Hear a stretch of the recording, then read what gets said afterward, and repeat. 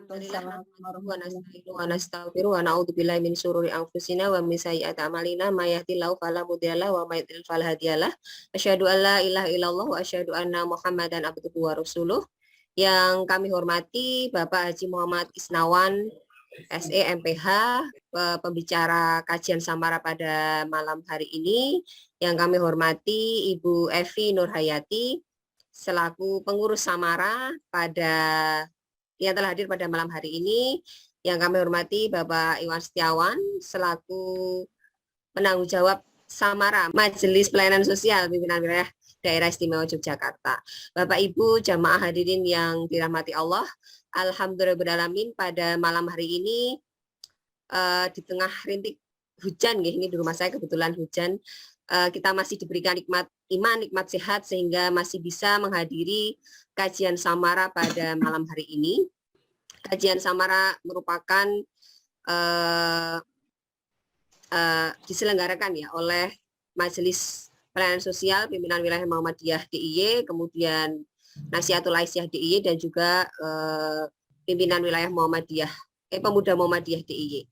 Kajian ini sudah beberapa kali kita mengadakan berkaitan juga dengan tema tentang seputar pernikahan, perjodohan dan juga tentang keluarga. Nah, kebetulan pada malam hari ini tepat sekali pemateri pada malam hari ini Bapak Isnawan yang sudah malang melintang di dunia aktivis. Beliau sebagai seorang aktivis dari muda dan beliau juga ayah dari 3 putra Pak Is. Nanti mungkin dibenarkan.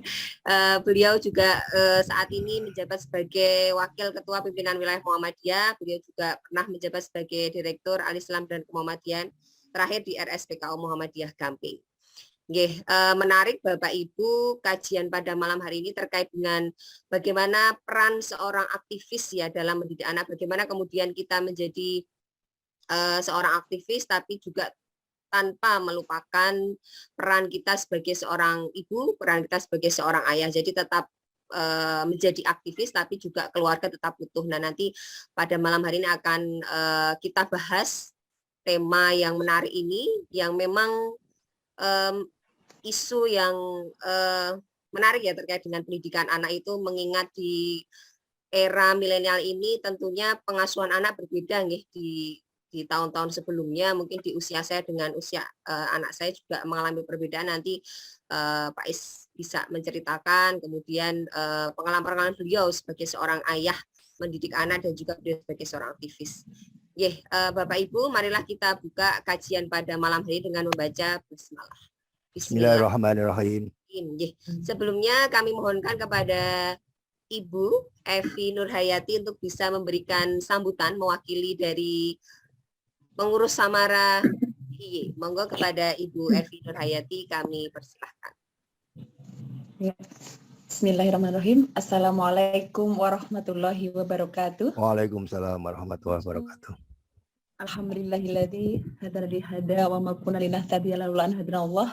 Rabbi shrahli sadri wa yassirli amri wahlul 'uqdatam min lisani yafqahu qawli. Amma ba'd. Puji syukur kehadirat Allah Subhanahu wa taala, tidak lupa kita panjatkan atas nikmatnya yang luar biasa pada kesempatan malam hari ini sehingga kita bisa bertemu kembali dalam kajian Samara, dan juga tidak lupa salawat serta salam semoga tercurah kepada Nabi Agung Muhammad salam yang akan kita nantikan syafaat di yaumul akhir kelak. Amin. Pertama yang selanjutnya saya ucapkan terima kasih pertama kepada Pak Ustadz Muhammad Isnawan ya, pada kesempatan malam hari ini berkenan untuk berbagi ilmunya tentang parenting ya, dan juga para pengurus Samara baik dari NA maupun MPS dan PBPM.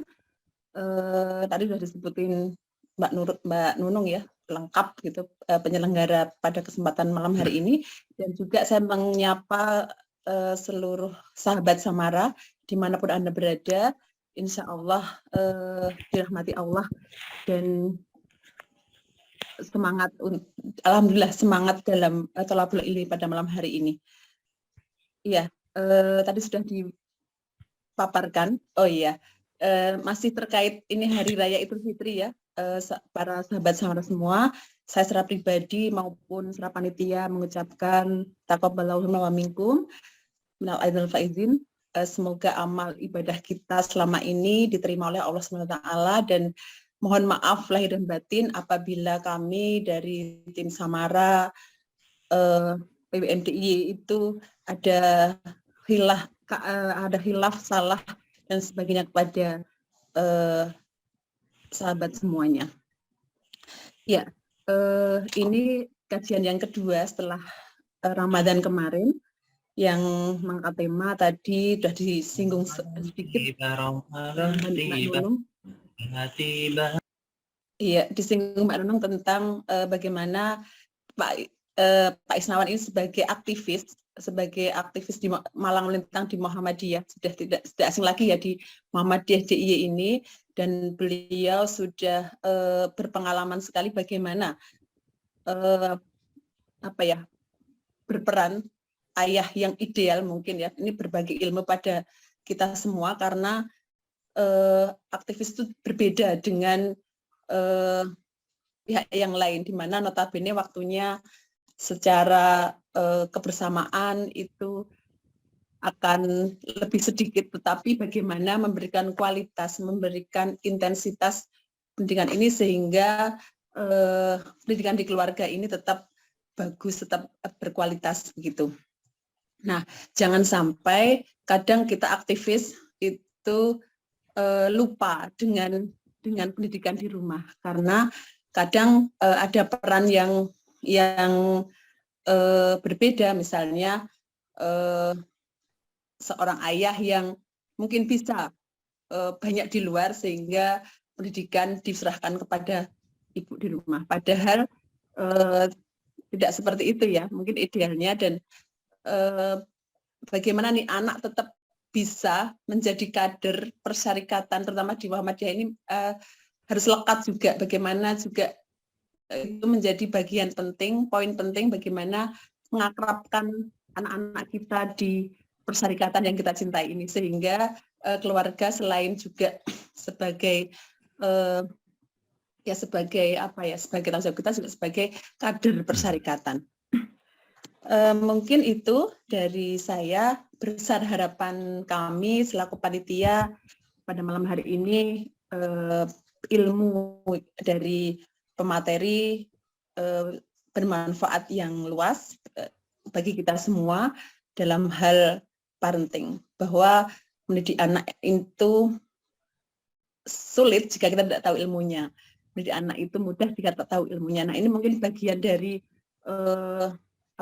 mencari ilmu, karena memang setiap ilmu itu perlu kita banyak referensinya, jadi hanya ada proses pencarian seperti itu, dan pada malam hari ini mudah-mudahan menjadi referensi baru buat kita semua. Mungkin itu saja dari saya. Terima kasih sebelumnya. Insya Allah mudah-mudahan menjadi forum yang bermanfaat buat kita semua. Amin. Barakallah. Bila taufiq wal hidayah. Assalamualaikum warahmatullahi wabarakatuh. Waalaikumsalam warahmatullahi wabarakatuh. Waalaikumsalam warahmatullahi wabarakatuh. Matur nuwun sangat Bu Evi yang telah memberikan sambutan mewakili dari panitia kajian Samara. Selanjutnya kami persilahkan kepada Bapak Isnawan untuk kemudian memberikan kajian pada malam hari ini terkait dengan aktivis mendidik anak yang memang menjadi menarik nih Pak, sebagai seorang aktivis, bagaimana peran kita sebagai orang tua, baik sebagai ibu, sebagai ayah, tetap mendidik anak-anak kita di tengah kesibukan kita. Biasanya kalau di Muhammadiyah itu ada kader kintilan yang kemudian anak-anak kita itu kita bawa ketika memang di rumah tidak ada yang ngomong, dan itu juga salah satu perkaderan yang kemudian seringkali banyak teman-teman aktivis itu kemudian menjalaninya. Ini kebetulan di sini banyak juga dari Nasihatul Aisyah, dari PKU juga ada ini Pak Is, dari teman-teman di Jamaah Samara yang malam hari telah hadir dalam Zoom meeting kali ini. Monggo kami persilahkan kepada Bapak Isnan untuk memberikan materi pada malam hari ini. Monggo Pak Is, kami persilahkan. Ya, terima kasih Mbak Nunung. Assalamualaikum warahmatullahi wabarakatuh. Alhamdulillahirrabbilalamin. Wabihi nasta'inu ala umuri dunya waddin. Wassalatu wassalamu ala asrafil anbiya'i wal mursalin. Muhammadin wa ala alihi wa ashabihi ajmain, amma ba'd. Yang sangat saya hormati kawan-kawan pengelola kajian Samara dan juga Bapak Ibu sekalian dan adik-adik jamaah Zoom meeting yang berbahagia yang dirahmati Allah. Puji syukur kita panjatkan kehadirat Allah Subhanahu wa taala yang malam ini memberikan karunia pada kita sekalian sehingga kita bisa berjumpa lewat kajian Zoom malam ini dalam rangka memberikan satu tambahan bekal bagi kita sekalian untuk mengarungi kehidupan yang dari waktu ke waktu semakin sulit nampaknya. Di malam ini saya diminta oleh teman-teman dari pengelola kajian Samara untuk memberikan satu pengalaman bagaimana saya sebagai seorang aktivis dan juga sekaligus sebagai seorang ayah dalam mendidik anak-anak saya yang kebetulan saya oleh Allah dititipi amanat. Anak saya itu 3 laki-laki semua, tidak ada perempuan. Jadi saya tidak punya pengalaman mendidik anak perempuan. Jadi nanti kalau agak berbeda dengan yang lain, mohon bisa dimaklumi karena saya tidak punya pengalaman itu. Kebetulan semuanya sudah dewasa anak-anak saya sekarang. Saya dulu Mbak Nunung, saya tak share ya Mbak Nunung. Ya, monggo. Sampun dados co-host, Pak. Ya.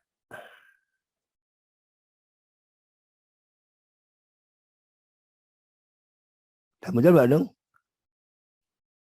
Ampun, Pak. Ampun ya, oke ya. Oke. Saya diberi kesempatan untuk menyampaikan materi dengan judul aktivis mendidik anak.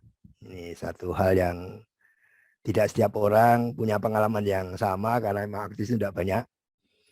Jadi kalau ini pengalaman saya sebagai aktivis Persyarikatan Muhammadiyah ya, bukan yang lain. Jadi nanti kalau ada yang lain kita bisa sharing, bisa sama-sama saling tukar informasi, tukar pengalaman dan sebagainya.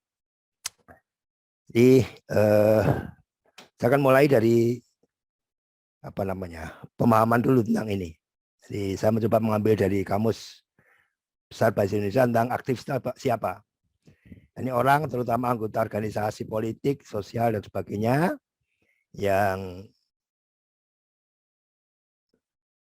bekerja aktif mendorong pelaksanaan sesuatu atau kegiatan dalam organisasi. Ini saya salah seorang yang sejak muda saya aktif di Persyarikatan Muhammadiyah mulai dari anggota IPM dan anggota Pemuda Muhammadiyah. Saya mulai dari IPM Ranting SMA Muhammadiyah 1 sejak saya kelas 1 SMA. Jadi saya masuk SMA MUI kelas 1 itu sudah jadi pimpinan ranting waktu jadi wakil bendahara. Saya aktif di Pemuda Muhammadiyah Kauman Yogyakarta yang kemudian itu yang mengantarkan saya menjadi seorang aktivis sampai saat sekarang ini. Jadi mendidik anak dalam bimbingan atau pertolongan yang diberikan oleh orang tua terhadap perkembangan anak untuk mencapai kedewasaannya. Dengan tujuan agar anak cukup cakap melaksanakan tugas hidupnya sendiri, tidak dengan bantuan orang lain. Ini berdasar ajaran Islam yang dipahami oleh Persyarikatan Muhammadiyah. Itulah yang menjadi bahan kajian malam hari ini yang kita lakukan bersama-sama, yakni aktivis mendidik anak. Hari ini saya hormati ada satu hal yang sejak dulu menjadi menjadi sesuatu yang menakutkan bagi aktivis sebenarnya. Ada stigma terhadap aktivis ya dulu. Yang pertama, aktivis selalu gagal studi. Studinya lama selesainya karena banyak kegiatan, jadi lama selesai studi ini bagian dari stigma yang muncul di masyarakat.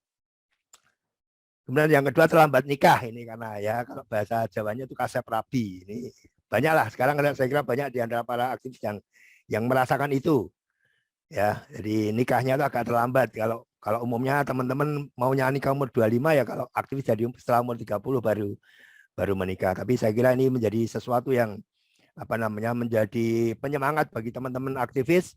Ini wajib kita hadapi. Tidak bisa yang seperti ini harus berjalan. Kita harus melawan itu menjadi sebaliknya. Maka saya mencoba untuk memberikan satu semangat kehidupan saya, mencoba untuk memberikan satu semangat hidup dalam kehidupan saya saya harus tri sukses dalam hidup ini. Tri sukses. Yang pertama sukses studi. Saya tidak mau gagal, harus sukses studinya. Ini melawan tadi. Yang kedua sukses organisasi. Jadi memang saya punya satu pengalaman ketika saya ada di ranting SMA MUI dulu itu, saya punya satu keinginan, gambaran kalau saya ada di ranting saya harus sampai ke tingkat pusat. Itu kan semangat berorganisasinya. Jadi saya tidak mau berhenti. Ketika sudah ada di ranting harus sampai ke pusat. Dan yang ketiga sukses keluarga. Saya tidak ingin ketika seorang aktivis keluarganya jadi berantakan. Ini juga satu hal yang menjadi penyemangat tadi. Jadi menjadi tri sukses kehidupan saya sejak SMA dulu saya tanamkan dalam diri saya, harus sukses 3 hal. Studi, organisasi, dan keluarga. Nah, ini saya kira yang paling memberikan satu semangat yang sampai sekarang ya terus saya jaga agar tidak stigma negatif dalam aktivis tidak ada dalam kehidupan saya dan keluarga saya terutama. Jadi semuanya dimulai dari memilih pasangan ini karena tadi saya matur sejak saya muda saya sudah berniat akan menjadi seorang aktivis sampai akhir lah, pokoknya sampai selesai, sampai hidup saya tidak akan berhenti dari aktivis. Maka akan dimulai dari memilih pasangan. Tentunya yang pertama jangan sampai pasangan kita ini menjadi penghambat. Ketika kita aktif organisasi, dia menjadi penghambat, justru nanti akan menjadi sesuatu yang menjadikan kita gagal dalam melaksanakan niat kita menjadi aktif organisasi. Maka dulu ada satu guyon di kalangan teman-teman itu yang namanya orang yang sudah mulai menikah jadi aktif, jadi dia punya penyakit namanya penyakit biren, barabi leren. Ini satu hal yang saya kira luar biasa. Barabi leren artinya ketika dia sudah aktif kemudian habis itu kemudian dia menikah, maka aktivitasnya jadi berhenti. Yang ngurus keluarga kemudian hanya keluarga ansih, tidak lagi melanjutkan kegiatan di organisasi. Maka saya kira dalam menyemangati kehidupan ketika kita akan menjadi seorang aktivis dimulai dari memilih pasangan hidup. Tentunya dasarnya Quran dan Sunnah saya kira ya. Yang pertama hadis Nabi saya kira, bobot, bibit, bebet itu saya kira menjadi satu yang sangat penting bagi kehidupan kita seorang aktivis. Ketika milih pasangan hidup ya yang memang harus seperti itu. Jadi pertama lihat ya, kalau dalam bahasa agamanya namanya kufu ya, hanya seimbang hartanya, kekayaannya, nasab atau keturunannya, kemudian kecantikannya. Dan yang kalau 3 itu sudah dapat ya yang paling utama, kalau toh ada sesuatu yang kurang, yang nomor 4 harus terpenuhi, ini agama, ini menjadi kunci utama. Dan yang kelima kita harus punya harus punya calon pasangan yang memang siap untuk menjadi pasangan aktivis. Ini penting, kalau tidak nanti ada yang materi menjadi biren, barabi leren. Ini satu hal yang saya kira menjadi sesuatu yang agak tidak menguntungkan bagi seorang aktivis ketika pasangan hidupnya tidak mendukung dalam kegiatan aktivitas organisasi yang digelutinya. Oleh karena itu pasangan hidup menjadi sesuatu yang penting agar semuanya berjalan baik. Hanya aktivitas organisasi tidak terganggu oleh kegiatan keluarga. Sehingga ada satu guyonan di kalangan kita yang sering dijadikan semacam penyemangat juga ya, kalau kita salah memilih salah milih alat transportasi ya, itu kerugiannya hanya 1 jam. Kalau kita salah milih masakan, 1 hari kita merugi, besok kita bisa ganti masakan yang lebih enak lagi. Kalau kita salah milih makanan, 1 minggu lah nanti kita akan rugi. Tapi kalau milih jodoh kita bisa selamanya akan merugi. Makanya jadi catatan penting bagi seorang aktivis dimulai dari bagaimana dia memilih calon pasangan yang akan mendampingi kehidupannya. Tapi hormati ada banyak ini, ada 12 item yang akan saya ajak perbincangan malam hari ini tentang bagaimana seorang aktivis mendidik anak. Jadi hormati, kita akan mulai dari yang pertama, yakni mengenalkan Al-Quran sejak anak masih dalam kandungan. Ya, ini saya kira juga jelas sekali tuntunannya bahwa membaca Quran menjadi satu bagian yang sentral bagi kehidupan atau keluarga Muslim. Dan yang terutama saya kira ini yang yang paling paling penting saya kira buat kita sekalian ini kadang-kadang nyun sewu ya. Yang namanya aktif itu kadang-kadang tidak sempat untuk mendidik anak dalam hal ini. Ya kadang-kadang pendidikan anak dalam hal apa namanya kajian Al-Quran itu kita titipkan ke masjid, ke TPA. Ini tidak salah juga. Tetapi saya kira ada sesuatu yang perlu kita perhatikan bahwa ini bagian dari tadi, semangat aktivis tadi. Kalau kita sampai menyerahkan pendidikan anak pada orang lain, maka yang akan mendapat keuntungan di orang lain. Satu semangat kita kalau kita itu beramal atau melakukan sesuatu kebaikan dan dilakukan oleh orang lain, maka kebaikan akan kembali pada kita pahalanya. Ini saya kira menjadi kunci utama sehingga anak-anak kita jangan lepas dari pendidikan orang tuanya sendiri dalam melakukan kajian-kajian dalam pendidikan Al-Quran. Minimal pendidikan dasarnya menjadi tanggung jawab keluarga lah. Jika tadi saya matur bahwa ketika menyiapkan apa namanya keluarga aktivis ya kita harus siap betul untuk mendidik anak-anak dari anak-anak usia dini. Ini yang pertama dimulai dari mengenalkan Al-Quran dalam keluarga sejak dini. Saya kira sejak dalam kandungan sering diputarkan apa namanya bacaan-bacaan Al-Quran, murotal Al-Quran itu saya kira sangat penting dalam kehidupan kita. Dan ini saya kira untuk saat ini tidak susah untuk mencari apa namanya alat-alatnya agar anak-anak kita di dalam kandungan itu terbiasa untuk mendengarkan kajian-kajian Al-Quran. Jadi saya kira menjadi penting buat kita, Al-Quran menjadi dasar dari apa namanya kehidupan seorang keluarga lebih pada aktivis menjadi sesuatu yang penting.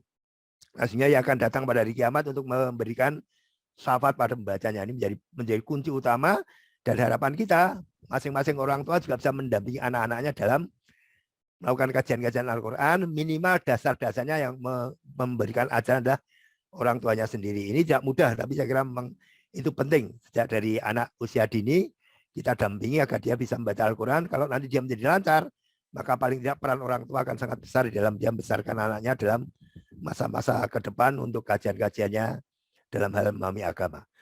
Ini yang pertama. Kemudian yang kedua, mengajar dasar-dasar dasar-dasar agama itu sangat penting bagi kita, terutama dalam rukun iman, rukun Islam itu menjadi sesuatu yang tidak bisa ditawar lagi. Jadi saya kira kalau di dalam surat Al-Luqman jelas sekali bait qala Luqman wali wa ya bunayya la tusyrik billah inna syirka la dzulmun adzim. Pendidikan tentang tauhid kita mulai sejak anak itu usia dini. Ini sangat penting. Ya dia dididik agar dia menjadi orang yang tauhidnya kencang. Ini sejak awal harus kita siapkan anak-anak kita menjadi orang-orang yang betul-betul cinta Allah, dekat dengan Allah, taat kepada Allah itu sejak usia dini. Tentunya ini peran orang tua sangat penting di dalam memberikan pendekatan-pendekatan tertentu agar anak-anak siap menjadi orang-orang yang akan mendampingi orang tuanya dalam memperjuangkan agama dalam kehidupan di tengah-tengah masyarakat. Kira semuanya akan terkait dengan persoalan ilmu. Tadi juga kita juga punya satu bekal dalam kehidupan bahwa kita diminta untuk mendidik anak-anak kita itu tidak sesederhana situasi sekarang, tapi didik anak kita di usia yang akan datang. Dia akan hidup di masa 25 tahun yang akan datang. Maka kita penting membimbing anak-anak untuk mencintai Al-Quran, memahami agama dengan baik dan sebagainya. Sehingga sejak awal saya kira referensi pemahaman Islam yang dipahami Muhammadiyah menjadi penting bagi seorang aktivis. Kajian-kajian pribadinya tentang memahami putusan tarjih, kajian-kajian persalikan menjadi penting. Karena dia akan menularkan ilmunya kepada anak-anaknya. Saya kira ini dalam ungkapan yang sering kita dengar. Ada juga yang punya hadis, man arada dunya fa inna bil ilmi, man arada akhirata fa inna bil ilmi, man arada huma fa inna. Ini menjadi penting. Jadi kalau kamu ingin bahagia di dunia, capailah dengan ilmu. Ingin bahagia akhirat, capailah dengan ilmu. Dan kalau ingin bahagia di dua-duanya, capailah dengan ilmu. Jadi penting. Ini bagian dari ilmu tadi, mendasari anak-anak kita dengan ilmu keagamaan yang akan menjadikan bekal dia untuk nanti ke depan dalam mengarungi kehidupan yang akan berbeda dengan kehidupan kita di masa orang tua tadi hidup. Ini saya kira penting. Jadi ini saya kira sahabat Ali sudah memberikan satu bekal pada kita, di anak-anakmu sesuai dengan zamannya, karena mereka hidup bukan di zamanmu. Ini bekal untuk orang tua dalam memberikan bekal pada anak-anaknya. Jadi saya kira ini penting sekali buat kita sekali untuk memberikan dasar pada anak-anak kita di dalam mengarungi kehidupan agar dasar-dasar keagamaan menjadi penting bagi kita dengan ilmu-ilmu agama yang tadi saya kira selaras atau sejalan dengan pemahaman Islam yang dibangun oleh Persyarikatan Muhammadiyah. Jadi saya kira mungkin bagian dari tugas aktivis itu memberikan punya satu perpustakaan gitu ya, yang merupakan ya mungkin ini kalau di dalam kehidupan saya sering melihat Mas Iwan ini yang paling banyak, Mbak Nulung itu paling banyak punya buku-buku yang saya kira sangat penting untuk bekal anak-anak kita. Dan ketika anak-anak kita butuh referensi, dia akan mengambil dari pustaka orang tuanya, semua tersedia di situ, ada Quran, ada putusan tarjih, macam-macam. Itu saya kira menjadi penting. Ketika dia tanya tentang sesuatu yang terkait dengan persoalan ibadah, maka rujukannya pada himpunan putusan tarjih. Nah ini saya kira yang tadi mengajarkan pada anak-anak sejak kecil dan dasar-dasar agama Islam berupa rukun iman Islam itu menjadi sangat penting termasuk dalam membaca Al-Quran. Kemudian yang berikutnya adalah memberikan contoh, ini saya kira mengajarkan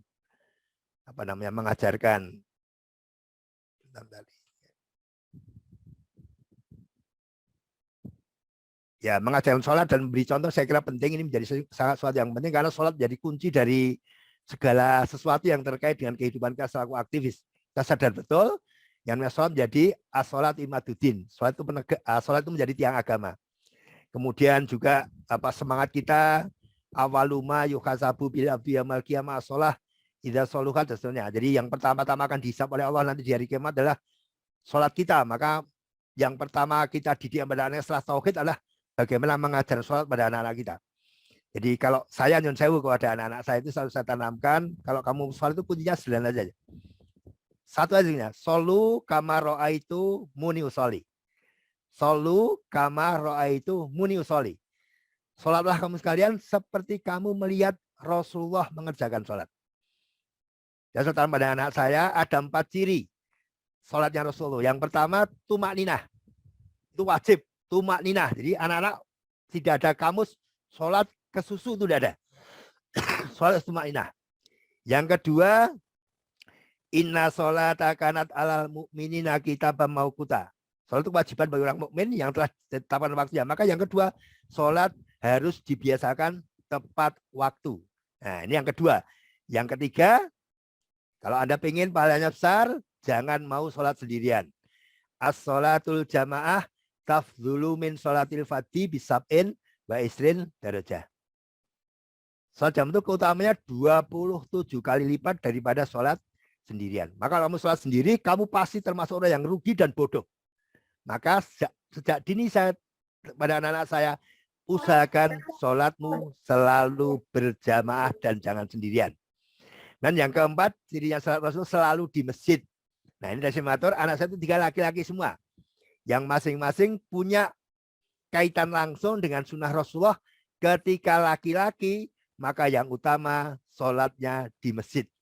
Maka saya tanamkan pada anak saya, nek sholat, nek neng omah, sholat kudu nang masjid, orang neng omah. Ini sejak dini sampai sekarang. Ya, saya punya pengalaman Nyun Sewu agak berbeda dengan yang lain saya kira. Saya sampai Nyun Sewu ini, saya agak keras pada anak-anak saya ketika sholat, saya nggak bisa tawar menawar. Pokoknya kalau di rumah Anda dalam keadaan sadar, sholat harus di masjid. Awas kalau sholat di rumah kok tidak di masjid, akan ada sanksinya. Ini pada anak-anak saya. Termasuk tidak hanya pada sholat-sholat yang bersifat mahdhoh, termasuk sholat yang lain.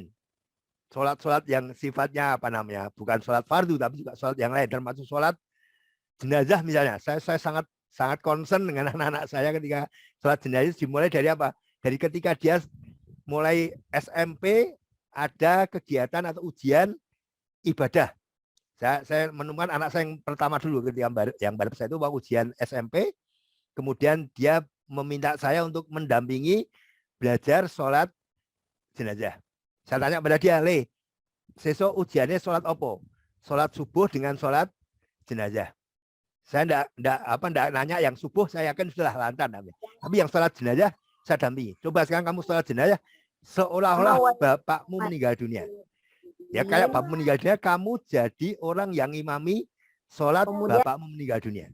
Dia sholat di depan saya ya, dia baca takbir, kemudian baca Fatihah, takbir, baca sholawat, takbir, baca doa mayat. Yang dia baca, Allahumma firlahu warhamhu wa'afihi wa'fu anhu. Terus Allahu Akbar. Assalamualaikum, assalamualaikum. Saya nanya pada dia, Le, kok tega-teganya kamu sama bapakmu. Bapakmu mati, lemundurake mengirit. Hanya 4. Firlahu, warhamhu, wa'afi wa'fu anhu. Kenapa enggak yang panjang? Saya minta besok kalau kamu ngimami bapak meninggal dunia, harus dengan doa yang panjang. Maka malam ini kamu harus hafalkan doa menyolehkan jenazah yang panjang. Besok pagi sebelum berangkat ujian, saya tes lagi. Betul, malam dia belajar apa Ibu Nusantara tentang doa orang meninggal. Allahumma firlahu warhamhu wa'afi wa'fu anhu wa akrim nuzulahu wa wasimat kholahu waksilhu bima'in wasadin manakid dan seterusnya. Sampai selesai panjang itu. Nah, ketika dia berangkat sekolah, sudah saya tes tuh, bismillah, saya berikan semangat. Nek kowe engko dites karo gurumu, nek bijimu 7, tak parani gurumu. Bijimu kudu 9. Saya berikan semangat. Bapak dia sudah, ya, insya Allah bacaan doanya itu sempurna lah. Itu saya berikan semangat. Ini apa? Bagian dari memberikan satu pendidikan agar anak itu mempunyai semangat yang sungguh-sungguh ketika dia belajar agama. Jadi kita nyilau agama ya dengan Allah, jangan yang mosok doakan orang tuanya dengan sesuatu yang seanane bukan, tapi harus dengan yang sempurna kan begitu ya. Nah, termasuk juga mendidik anak-anak ketika sholat, ada sholat gerhana, saya ajak mereka sholat gerhana dan sebagainya. Nah, termasuk mengajak anak agar dia ketika sholat tidak bersegera untuk gage-gage menyat gitu ya. Jadi begitu selesai sholat, zikir dulu. Minimal mendoakan orang tuanya dan bertasbih sesuai dengan tuntunan Rasulullah. Astagfirullah, astagfirullah itu harus wajib dia lakukan. Tidak boleh begitu assalamualaikum terus sebentar pergi, tidak boleh. Harus duduk dulu, doa dulu, minimal zikir yang utama yang diajarkan oleh Rasulullah. Astagfirullah, astagfirullah, astagfirullah, tasbih 3. Saya melakukan sholat fardu. Ini bagian awal. Sejak kecil saya ajarkan kepada mereka untuk sholat jangan main-main. Harus sempurna. Kalau bisa ikuti Rasul sesuai dengan tuntunannya, solu kama ra'aitu muni usolli. Dengan 4 ciri, tumak ninah, tepat waktu, berjamaah di masjid. Ini tentang sholat. Sejak kecil saya tanaman dan saya agak keras ketika didik anak-anak urusan sholat. Kemudian berikutnya, mengajarkan puasa sejak dini. Saya kira ini sama lah, semua orang punya pengalaman yang sama lah. Didik anak-anak sejak puasa sejak dini, sejak kelas ya mungkin sejak anak-anak itu mengenal puasa lah di TK ya, zaman kanak-kanak. Jadi begini, anak-anak saya itu untuk pendidikan dasar wajib di sekolah Muhammadiyah, wajib. TK abad dan Jumat itu wajib. Tidak boleh ditawar, pokoknya kalau sekolah TK sama SD harus di sekolah Muhammadiyah. Ini sejak termasuk puasa juga diajarkan oleh gurunya sejak awal ya. Ketika dia mulai TK abad mulai puasa ya puasa. Mungkin pada awalnya tidak puasa penuh ya, mulai dari poso beduk, kemudian poso ngasar, kemudian poso dino dan sebagainya. Ini sejak awal saya kira ini samalah, semua orang punya kewajiban yang sama terhadap anaknya ketika mendidik dia, bagaimana dia berpuasa mulai dari tapi sejak dini, jadi sejak awal, tidak nanti wis gede kayak pipit poso, tidak, tapi mulai dini sejak kelas 2 sudah mulai iso poso dino. Jadi kalau misalnya dia siang hari merasa agak kelaparan atau kehausan ya tidur dulu, nanti sore bangun usahakan sholatnya puasa bisa sehari penuh. Nah ini mendidik anak-anak puasa. Termasuk ketika dia sudah menjadi dewasa ya diajar tidak hanya puasa wajib, termasuk puasa sunnah yang lain. Misalnya hari-hari ini anak-anak sedang menyelesaikan untuk menyelesaikan puasa sunnah 6 hari di bulan Syawal. Ya, puasanya apa itu sudah semuanya punya kewajiban, kayak kewajiban yang sama ibunya, bapaknya kalau pas bangun itu ya saling mengingatkan darah kita untuk makan sahur untuk 6 hari bulan. Dan juga puasa sunat yang lain, puasa Arafah, puasa 10 Dzulhijjah, itu menjadi satu bagian yang sekalipun itu sunat tapi menjadi seperti kewajiban bagi anak-anak ketika ada hari tertentu yang memang itu luar biasa, ada tuntunan puasa, mereka harus puasa. Ini saya tanamkan sejak dini sampai anak-anak terus berjalan sampai yang sudah gede, sudah punya anak, tetap harus seperti ini keadaannya. Menjaga puasa fardu dan juga puasa sunat yang utama dalam kehidupan keseharian. Nah, kemudian yang ada lagi yang saya kira penting, ini memberi nama atau panggilan yang baik buat anak-anak kita. Ini saya kira sekarang sudah agak mudah lah mencari nama-nama yang indah dalam Islam. Saya kira sudah banyak yang dilakukan dan sudah banyak bukunya ya, tapi saya kira ini menjadi penting bagi seorang aktivis ketika memberi nama anak ya harusnya nama anak yang baik lah, yang kalau bisa ngambil dari Quran dan Sunnah gitu ya. Termasuk ketika memberikan panggilan pada anak. Jadi jangan sampai anak-anak kita dipanggil dengan panggilan-panggilan yang tidak baik lah, karena dia akan dipanggil nanti dengan namanya di akhirat dengan nama yang diberikan oleh orang tuanya. Karena ini menjadi penting memberi nama yang baik dan juga panggilan yang baik buat anak-anak kita. Sebab nyun sewu ya, kalau di masa saya kecil dulu sampai sekarang saya dewasa, banyak anak-anak yang namanya bagus tapi panggilannya menjadi tidak bagus. Misalnya saya punya teman dekat namanya Saiful gitu ya, tapi panggilannya Blembong ya. Hubungannya opo jenenge Saiful kok ngundang Blembong, atau namanya siapa kemudian panggilannya Krocok gitu. Itu enggak ada hubungan sama dengan namanya. Ini bagian dari tadi. Orang tua tidak memberikan didikan yang baik ketika dia memberikan panggilan pada anak, harus yang baik juga ketika memberikan panggilan pada anak-anaknya. Ini menjadi penting karena memang itu menjadi bagian dari ciri kehidupan seorang aktivis muslim. Ketika punya anak ya namanya ya yang pantas lah, yang bagus lah, agar tidak memalukan ketika.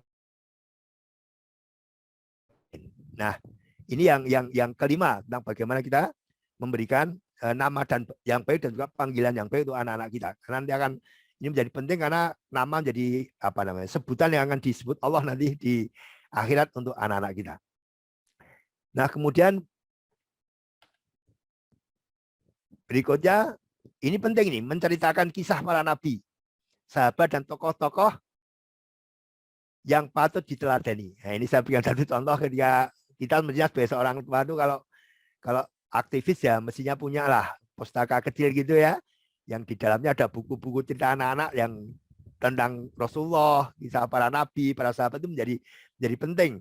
Nah, terutama kalau anak-anak kita sejak kecil ditanamkan ketika dia membaca buku ya mulai disodorkan buku-buku seperti ini. Sekarang dia belum bisa membaca, tapi melihat gambar dia sudah bisa mulai. Ini teman pada cucu saya juga ketika sejak kecil sudah seperti ini diberikan satu kalau memberikan hadiah ya buku-buku seperti ini pada mereka. Jadi kita sudah sejak kecil akrab dengan buku-buku tentang kisah para sahabat, para nabi dan juga tokoh-tokoh di persyarikatan. Kalau yang paling banyak mungkin tokoh yang sekarang kita lihat di Muat itu yang paling heboh itu Pak Fahrudin ya. Jadi ini menjadi luar biasa karena tokoh yang memang luar biasa. Dan ini menjadi penting, dan saya punya banyak referensi tentang Pak Fahrudin, jadi bagian dari semangat kehidupan saya sangat terpengaruh dengan kehidupan beliau yang dulu saya pernah lama mendampingi beliau ketika masih menjadi ketua PP Muhammadiyah.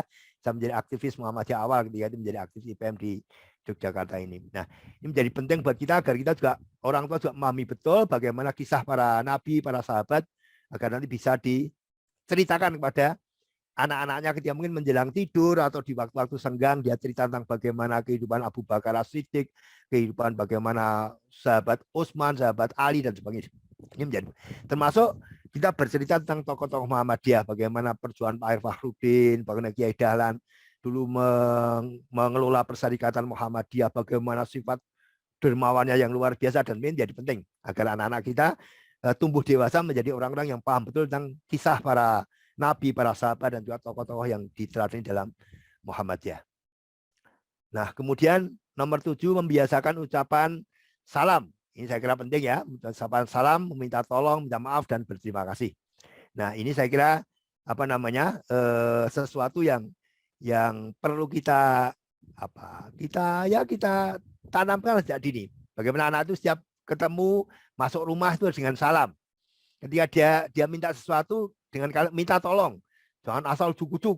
Ketika sudah dia berbuat salah, dia minta maaf. Ketika sudah ditolong, dia berterima kasih. Ini kecil, tapi saya kira penting. Jangan pernah lupa bilang terima kasih, jangan pernah gengsi bilang maaf, jangan pernah jadi terlalu sombong untuk bilang tolong. Ini menjadi penting. Nah, termasuk pengalaman-pengalaman dalam keluarga yang saya kira menjadi tertanam di anak-anak saya ini. Begitu dia masuk rumah itu belum boleh masuk rumah sebelum salam. Jadi masuk rumah itu harus dengan salam, buka pintu salam dulu. Ini banyak pengalaman dulu ketika anak-anak masih belajar. Ini kadang masuk rumah serundul gitu, buka pintu langsung masuk rumah. Saya cegah dan saya bilang, keluar. Ulangi. Masuk rumah dengan salam. Buka pintu, begitu buka pintu salam dulu. Assalamualaikum.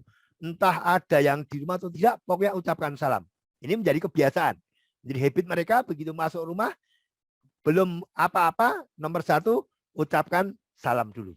Nah, termasuk tadi, minta tolong, minta maaf, berterima kasih menjadi hal yang akrab dengan mereka. Jadi jangan sampai kalau Anda sudah ditolong orang, kemudian diam tanpa ucapan terima kasih. Ketika Anda bersalah pada orang, jangan sampai begitu selesai tanpa diikuti dengan minta maaf. Ini hal-hal kecil yang saya kira menjadi penting untuk anak-anak kita. Begitu nanti sudah tertanam ke anak kita, ya orang tua akan jadi enak lah, karena sudah menjadi habit mereka, menjadi terbiasa. Kita tidak perlu mendampingi lagi sampai usia nanti jadi tua, gitu ya.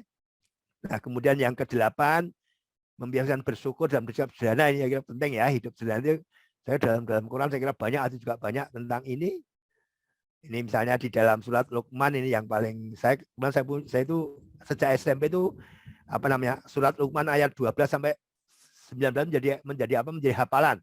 Yang itu termasuk artinya saya hafalkan menjadi alat untuk mendidik anak-anak saya. Walaqad ataina Luqman al-hikmata an yashkura lillah wa may yashkur fa inna ma yashkuru nafsi wa man kafara fa inna Allaha ghafurur rahim misalnya.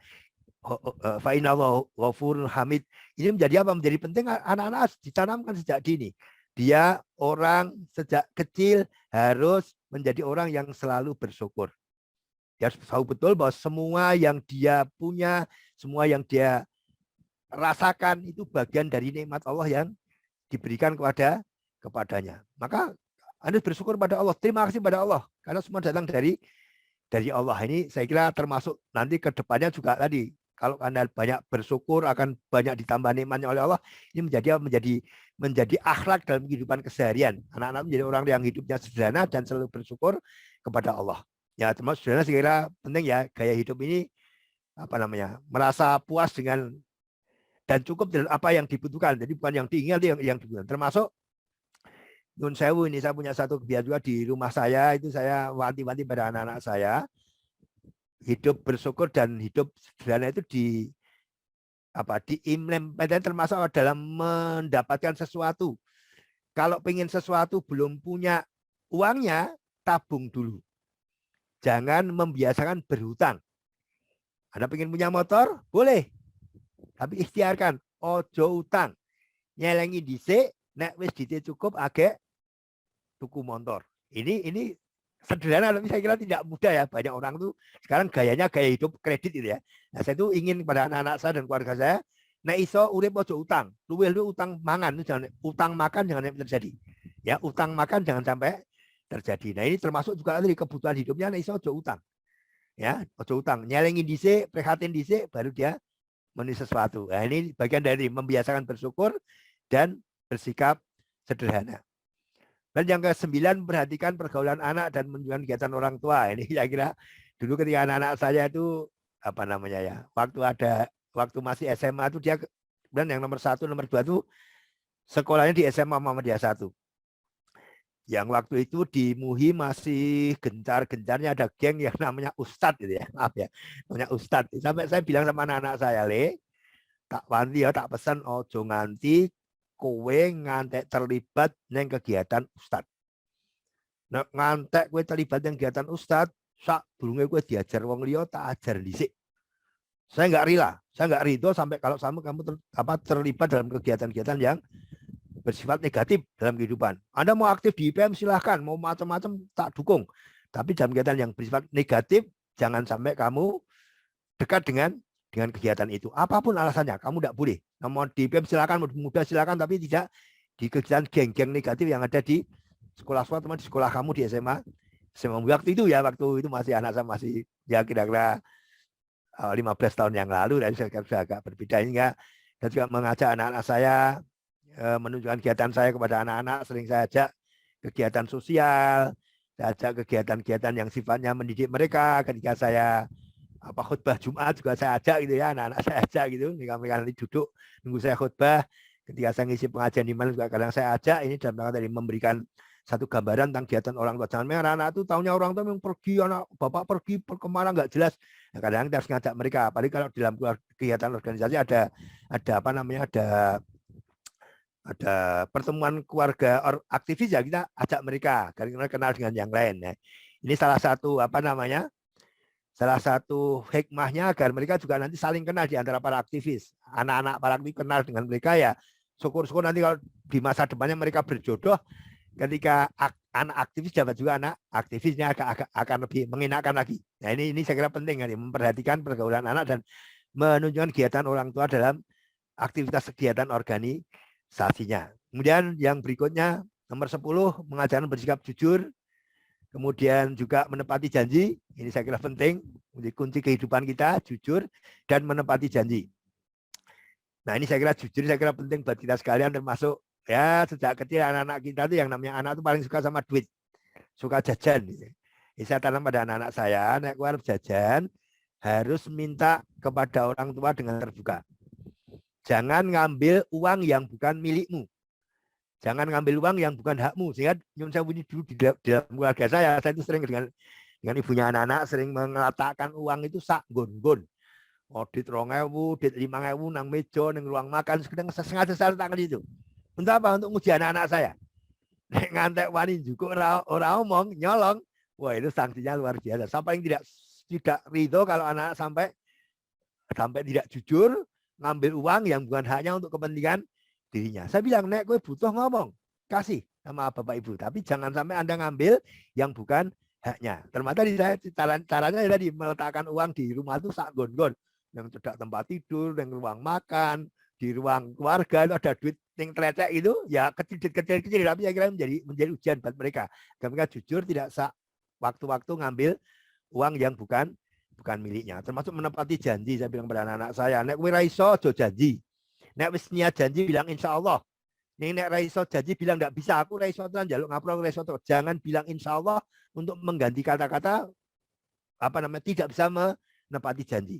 Insya Allah janji karena Allah.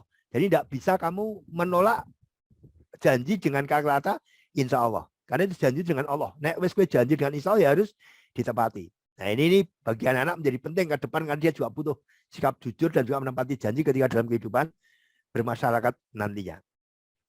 Kemudian berikutnya yang saya kira juga penting, ini mengajak anak menutup aurat. Dan saya tidak punya pengalaman mendidik anak perempuan tadi ya.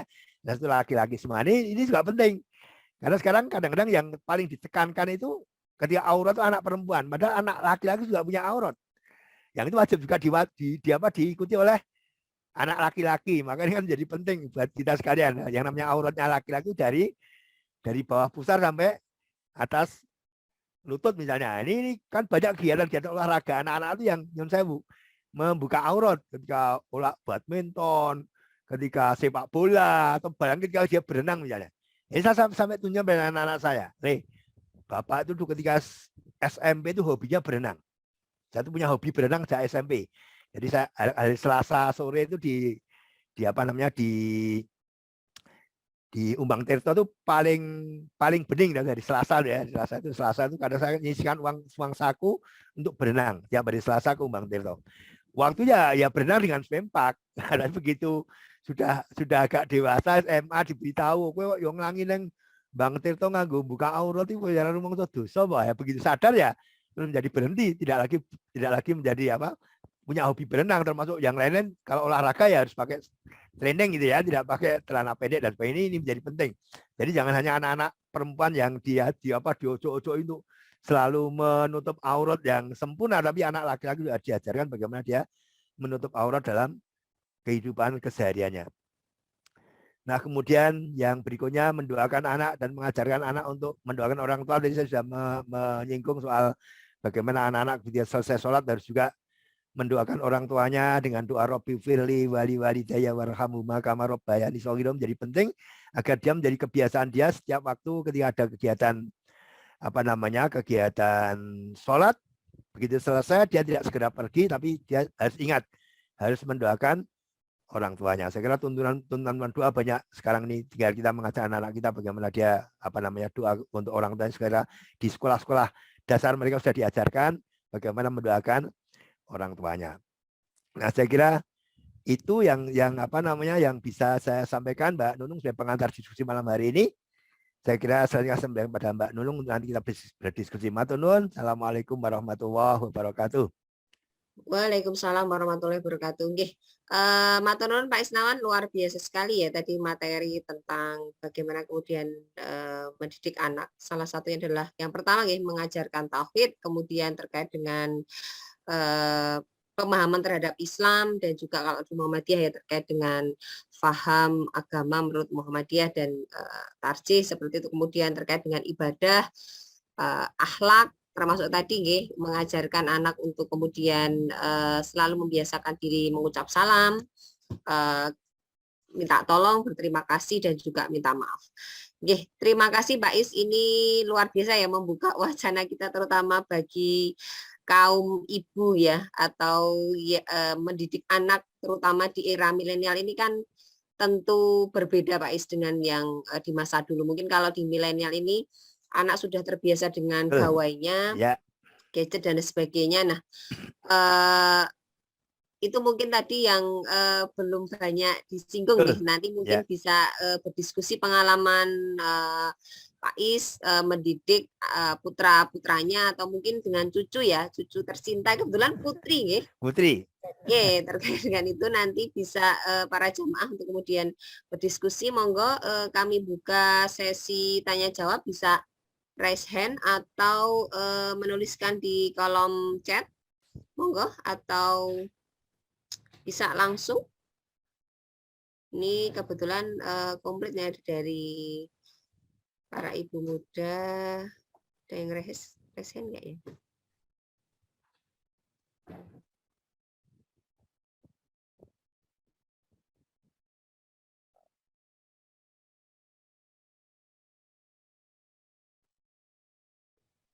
Oh, J, Pak Is, ini ada pertanyaan yang tadi disampaikan lewat WA, nggih. Tadi menarik salah satu terkait dengan mengajarkan sebelum ke Pak Asad, nggih, ini satu dulu dari chat di WA. Bagaimana kemudian mengajarkan anak itu untuk sholat tertib tepat pada waktunya. Tadi mungkin Pak Is punya pengalaman itu. Nah, bagaimana ketika terutama di anak-anak milenial ini ya, mungkin pada saat dia sibuk dengan gawainya, terus bagaimana kemudian bisa mengajarkan anak sholat tepat pada waktunya, kalau laki-laki berjamaah di masjid, tapi juga sesuai dengan bahasa mereka Pak Is. Jadi tidak terkesan mendului dan orang tua itu menjadi contoh atau uswah bagi anak-anak kita. Oke. Itu yang pertama Pak Is. Yang selanjutnya nanti bisa dari Pak Ashad ini, monggo bisa dijawab dulu yang pertama. Ya, masih Mbak Nunung. Jadi soal sholat menjadi penting. Tadi saya matur sejak awal saya punya apa ya, sikap yang agak keras pada anak-anak saya urusan sholat ini. Saya tidak bisa ditawar, betul, maaf kalau sholat saya nggak bisa ditawar, apapun alasannya sholat tidak bisa ditawar untuk anak-anak saya termasuk untuk saya. Jadi saya itu punya pengalaman nyun sewu ya. Jadi saya dulu pernah studi banding ke Jawa Timur bersama rumah sakit, kemudian mampir ke Madura Mbak Nunung. Jadi kalau di Madura kemudian pada belanja belanja ya pelik-pelik lah itu macam-macam. Saya itu belanjanya rada aneh. Saya itu belanja ada yang jual pecut dadilan Ponorogo, gede banget itu pecutnya. Saya beli. Semua ya nggak tahu kok buku pecut itu ngopo, kurang gawean. Waktu saya sudah jadi manajer keuangan rumah sakit. Saya beli pecut besar itu yang untuk dadilan Ponorogo. Saya beli bagus itu. Kalau di sekalian alun-alun tidak ada karena yang kecil-kecil itu yang besar. Saya bawa pulang, kemudian di rumah menjadi bahan diskusi. Anak-anak pada nanya, Bapak kurang gawean. Ngapain mau dari Madura jauh-jauh mau beli pecut? Mau ya beli yang lain. Nah, dia belum tahu maksudnya. Jadi nanti saya tak mandi dulu, nanti tak jelaskan tentang kenapa saya harus beli pecut. Nah, karena saya tadi laki-laki semua, jadi saya punya kepentingan beli pecut. Jadi selesai saya mandi, saya jelaskan pada ibunya juga pada anaknya, saya kumpulkan, saya cerita kenapa saya tadi beli pecut di Madura. Ini buat kamu sekalian oleh-olehnya, bukan buat saya. Buat apa? Ini pecut saya pasang di atas almari sebagai hiasan. Tapi nanti kalau pas azan, kamu nggak ke masjid, pecutnya turun. Pecutnya turun. Yang kecil, yang lebih itu nanya, turun terus ngapain Pak? Turun pindah ke pahamu. Tak pecut kowe mergo ora nang masjid. Mulane nek kowe saiki nek krungu adzan nang omah melek, kowe kudu salate nang masjid, tidak boleh di rumah. Kenapa? Karena kamu laki-laki. Nek kowe nang omah padha ibu, ning kowe wandu. Banci kamu laki-laki salat di masjid. Yang boleh di rumah hanya ibu. Yang ini tidak boleh. Nah, ini menjadi kebiasaan sampai sekarang Mbak Nyun Sewu. Sampai kan jadi anak-anak saya enggak mau lagi sekolah enggak ini ya dulu memang dengan cara keras ya, tapi lama-lama kan jadi kebiasaan ya, menjadi habit. Tadi ya saya kalau skripsi nek keluar ada ya begitu selesai terus saya kira ya kadang-kadang saya kalau jadi imam tuh anak-anak saya tuh sering terjadi tuh jadi rombongan masbuk gitu ya.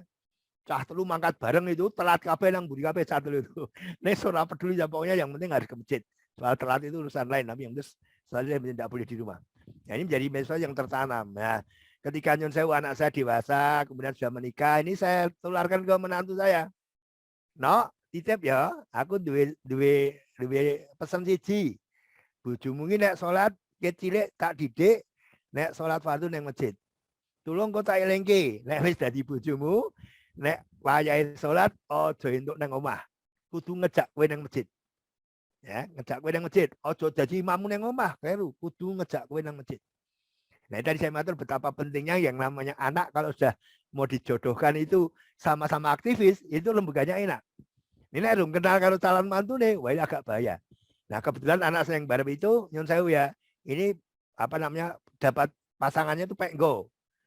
Ngepek tonggo di kauman, aktif sama-sama aktivis, yang satu pemuda, satu NA. Nah, ini kan ya sudah enak saja, saya minta enak pokoknya seperti ini.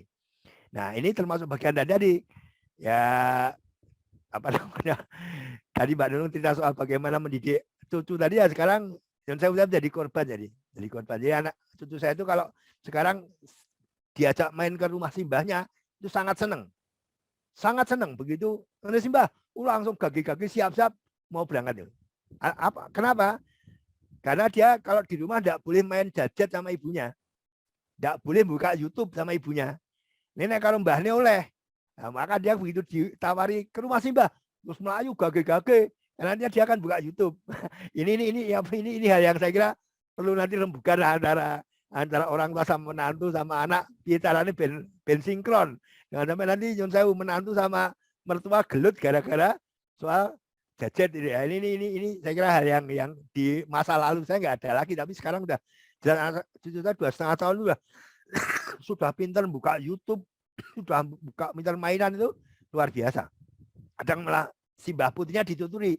Ini yang gitu caranya bukanya malah dituturi yang putrinya itu karena saking terbiasanya buka gadget. Nah, ini saya kira dari terkait dengan persoalan sholat dan juga persoalan mendidik anak di masa milenial. Saya kira sebenarnya begitu Mbak Nunung. Matur nuwun. Matur nuwun Pak Is. Ternyata Pak Is memiliki pengalaman nih bagaimana kemudian ada perbedaan antara cara mendidik dari orang tuanya ke simbahnya. Ya, itu mungkin menjadi harus ada kesepakatan ya antara orang tua dengan simbahnya terutama ya, apalagi. Ini ada pertanyaan di kolom chat ini Pak Is dari Pak Kadar nih, dari PDM Sumenep ini terkait dengan masih seputaran ibadah nih.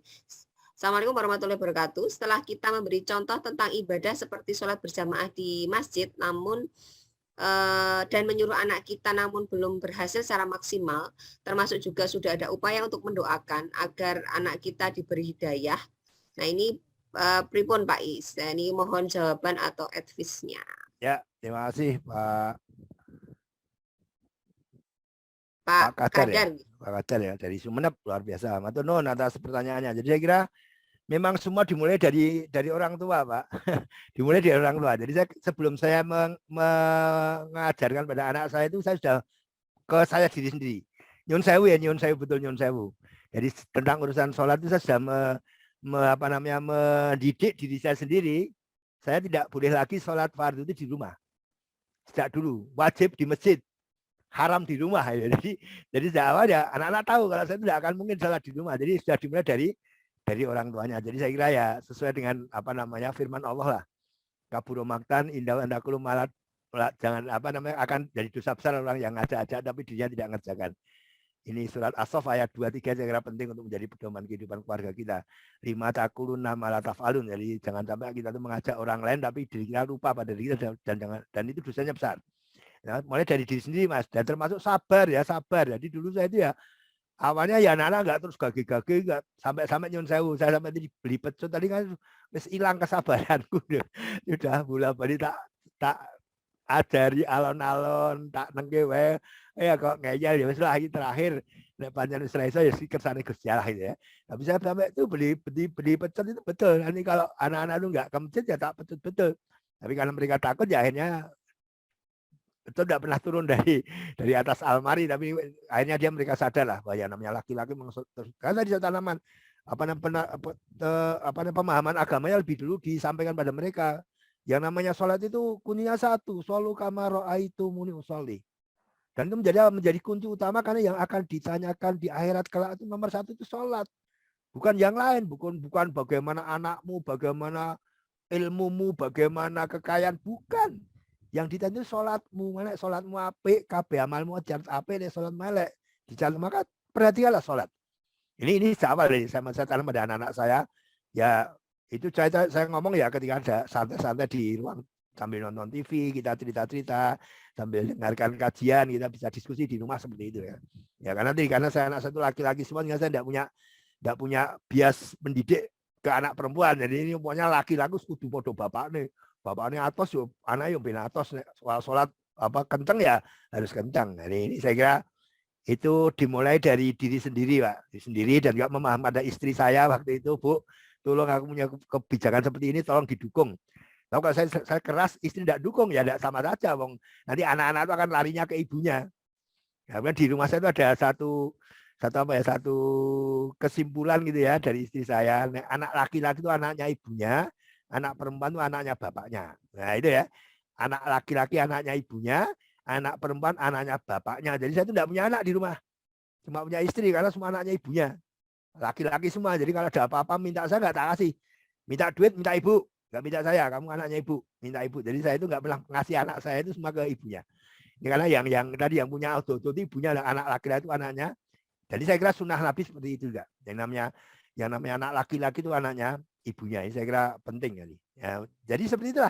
Sudah kangsen dengan ibunya, agar mereka nanti cocok. Ketika saya marahi anak saya soal sholat, ya ibunya akan marah yang sama dengan yang saya sampaikan. Tidak nanti Pak Senen ini dilindungi ibunya, oh ini bubrah anak ini. Jadi saya kira ini penting lah pemahaman suami istri dalam mendidik anak, saya kira penting. Termasuk tadi urusan sholat, jadi yang sangat penting. Termasuk juga membiasakan tadi saya kira juga penting lah. Saya kira itu Mbak Nunung, dimulai dari diri sendiri, kemudian baru ke anak-anak kita. Mbak Nun. Matur nuwun Pak Is, ini ada yang bertanya lagi di WA, nggih. Kebetulan kita itu ada di dengan WA bersama nggih di keluarga Sakinah nggih. Ini tentang sebagai seorang aktivis nih, salah satu tadi yang menarik di awal itu kan kita sebagai aktivis itu harus sukses di dalam studi, belajar, berorganisasi nggih, termasuk juga keluarga salah satunya nggih. Tips nih Pak Is, bagaimana kemudian kita bisa menyeimbangkan, termasuk kemudian ketika di awal pernikahan menjadi satu hal yang penting ketika memilih jodoh, gitu. Tadi sudah sempat disinggung Pak Is tadi, gitu. Kalau punya, untung mantu saya itu aktivis gitu ya. Jadi ketika mendelegasikan tugas artinya untuk kemudian berpartner dengan notabene anak yang juga aktivis itu bisa nyambung gitulah ruang di keluarganya. Nah, tips bagaimana kemudian anak-anak muda itu sekarang ini kan sudah sangat disibukkan dengan dunianya. Bahkan kemudian kalau dulu seusia saya, kalau saya nggak keluar, saya nggak ke masjid, ya saya tidak dapat teman seperti itu. Tapi mungkin dunia sekarang berbeda. Tidak di luar pun di dalam rumah sudah bisa punya teman dari seluruh penjuru dunia melalui media sosial. Nah, ini bagaimana kemudian kita bisa menyeimbangkan nih Pak, supaya nanti kita terutama yang mungkin keluarga muda atau bahkan mungkin yang sedang dalam proses pencarian jodoh, karena banyak juga teman-teman yang sedang berupaya untuk mempertemukan takdir jodohnya, itu tuh kemudian bisa sukses studinya, kemudian tadi keluarga dan juga di aktivis seperti itu. Jadi 3 dari saya, sukses ya, sukses organisasi, sukses studi, sukses keluarga itu menjadi kunci utama. Jadi jangan sampai seorang aktivis sampai gagal salah satunya. Lu aktifnya luar biasa tapi sekolahnya jadi itu malu, ya kan? Atau iki sukses apa hidupnya orangnya bagus tapi keluarganya berantakan ya kan enggak bagus. Jadi kan memang 3 tri tadi menjadi apa ya diari saya SMA itu 3 tadi. Sukses studi, organisasi, keluarga. Nah, keluarga yang penting kenapa? Karena sejak awal memang saya secara pribadi punya keinginan untuk menjadi aktivis sampai selesai. Ya kalau kasaran itu mati di medan perjuangan lah gitu ya, mati di medan dakwah seperti itu. Kalau Ustadz Muhammad dulu saya pengennya mati di medan dakwah ya, sebenarnya punya mati dalam keadaan berjuang di membela agama Allah. Nah ini sudah menjadi keinginan yang luar biasa yang tidak bisa lepas dari hidup. Maka ini menjadi kunci, tidak boleh ditawar. Nah ketika milih jodoh harus sesuai dengan ini. Nah, maka nyun sewu ini saya juga sejak awal tuh ketika terlambat nikah bareng itu ya bukan karena terlambat, memang karena saya punya idealisme yang kadang luar biasa. Jadi ketika saya umur 25, 27, 26 itu saya itu sama ibu saya ditawari bekas muridnya SD dulu, ono buta kowe dadi mana. Bola-balik soal dari foto berkali-kali postcard itu berkali-kali. Saya bilang ora Bu, aku tak golek dhewe. Saya bisa cari sendiri insya Allah. Berkali-kali Mbak, ya saya kadang-kadang koyo aku ora hormat karo ibu, tapi ya sudah maksudnya sama terbu saya tak cari sendiri karena saya punya idealisme yang luar biasa. Nah, saya sudah punya cita ketika saya punya keinginan untuk nikah ya maka syarat istri saya itu minimal kudu ngerti aku. Saya sudah punya istri pertama namanya Muhammadiyah. Maka kalau kamu jadi istri saya, jadi istri kedua. Harus rela. Rela sering saya tinggal pergi rapat. Ini kan manten acara kan rodo angel mau ditinggal rapat bujuni karena waktu itu saya begitu nikah ya tak tinggal muktamar di Aceh, saya di sana 17 hari. Manten anyar tak tinggal lungan yang Aceh. Muktamar Muhammadiyah kan saya sudah tanamkan seperti itu. Jadi ketika saya nyun sewu ya saya ngelamar ke calon istri saya tak tanya nek siap dengan apa syarat saya tak lamar. Kalau tidak ya enggak apa-apa, kita bersahabat saja. Gayane ya. Bersahabat saja, enggak apa-apa. Kalau siap menjadi istri saya dengan syarat seperti tadi, tahu kehidupan saya, saya punya istri pertama Muhammadiyah dan sebagainya tadi. Kalau oke ya tak lamar. Nah, dia waktu saya tanting itu ya lama jawabnya, enggak terus gagal jawab, enggak tak kasih waktu sekitar seminggu lah jawab nanti. Nah, oke tak lamar, kalau tidak ya enggak apa-apa. Oh, kita berteman biasa saja. Nah itu kemudian yang saya dia sanggup ya saya lamar. Saya pergi sendiri ke Cirebon ngelamar, bukan saya pergi sendiri ngelamar sih ke orang tuanya, ke ayahnya, tak minta untuk anaknya, saya minta untuk jadi istri saya. Bahwa waktu saya nembung ke bapaknya itu ya bapaknya bilang udah nggak usah, besok sekarang aja nikah sekarang terus kamu bawa pergi anak saya. Wah ini bapak ini galak mulai, saya kaget diserahkan saat itu. Jangan Pak, besok nanti minggu depan saya akan ngajak ibu saya dan budi saya ke sini sama Pak Ade untuk ngelamar yang resmi. Ini belum resmi. Ini yang dimulai dari tadi, dimulai dari keinginan kita untuk menyiapkan masa depan kita agar sama-sama baik ya. Kita siapkan sejak awal, istri kita orang-orang yang mendukung kegiatan kita. Jadi ya sekarang ya alhamdulillah ya baik-baik saja. Karena kemudian begitu jadi istri saya ya, akhirnya istrinya jadi aktivis juga, jadi aktivis Aisyah. Jadi kepala TKB, jadi sekretaris PCA, ya sudah hanya biar aktif, saya jadi aktif, saya sama-sama aktif. Apalagi sekarang anak sudah gede-gede setelah digawean ya. Kemarin waktu jadi kepala TKB 10 tahun itu karena anak-anak sudah gede. Dan ada pekerjaan lagi, diminta Aisyah untuk jadi kepala sekolah, ya jadi kepala sekolah TKB sampai 10 tahun. Nah, sekarang masih menjabat sekretaris PCA di cabang Melati. Nah, ini bagian dari tadi dinamika kehidupan para aktivis lah ya kira seperti itu. Ya tapi tiga tadi saya kira menjadi kunci utama sukses studi, organisasi, keluarga.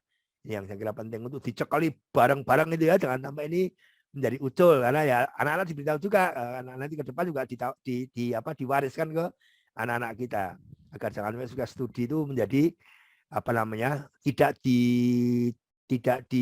dipegang oleh anak-anak kita. Ya, anak-anak kita itu ketiga-tiganya itu saya berikan satu kewajiban menyelesaikan studi hanya 4 tahun S1. Nek bar petang tahun kue rung rampung, sisanya bayar sendiri. Itu pada semuanya. Nomor 1, nomor 2, nomor 3. Pokoknya kewajiban Bapak hanya menyelesaikan studi S1 4 tahun, SPP. Nek tahun keempat rung rampung, kue sisanya bayar dewi. Bos kalau tidak nanti pokoknya bayar dewi. Nah ini juga memberi semangat mereka kudu rampung petang tahun, era rampung membayar dewe ya. Ini ada anak-anak semua yang nomor satu lulus UMY tepat waktu ya, teknik elektro, yang nomor 2 teknik sipil UI, yang nomor 3 ini sudah 2 tahun belum pernah kuliah nih, daring terus di rumah nih, teknik apa namanya HI UMY. Nanti kalian mau kuliah luring nih urung mangkat ya. Ini bagian dari pokoknya patang tahun tak ragati, selebihnya bayar sendiri. Harus sukses, tidak boleh tidak sukses. Itu Pak Nunung, ada Nun. Pak Is, menarik nggih. Ternyata memang butuh support dari keluarga, dari termasuk orang tua, dan mungkin salah satunya ketika kebetulan kita mendapatkan suami atau istri ya dari aktivis, kita juga harus di awal pernikahan juga harus diutarakan ya Pak Is, seperti tadi sampaikan. Istri saya itu pertama Muhammadiyah gitu ya. Mungkin kalau zaman sekarang mungkin anak-anak itu akan berpikir lain, waduh, istri pertamanya kok Muhammadiyah gitu. Artinya kan hidupnya itu pertamanya untuk di jalan Allah seperti itu nggih.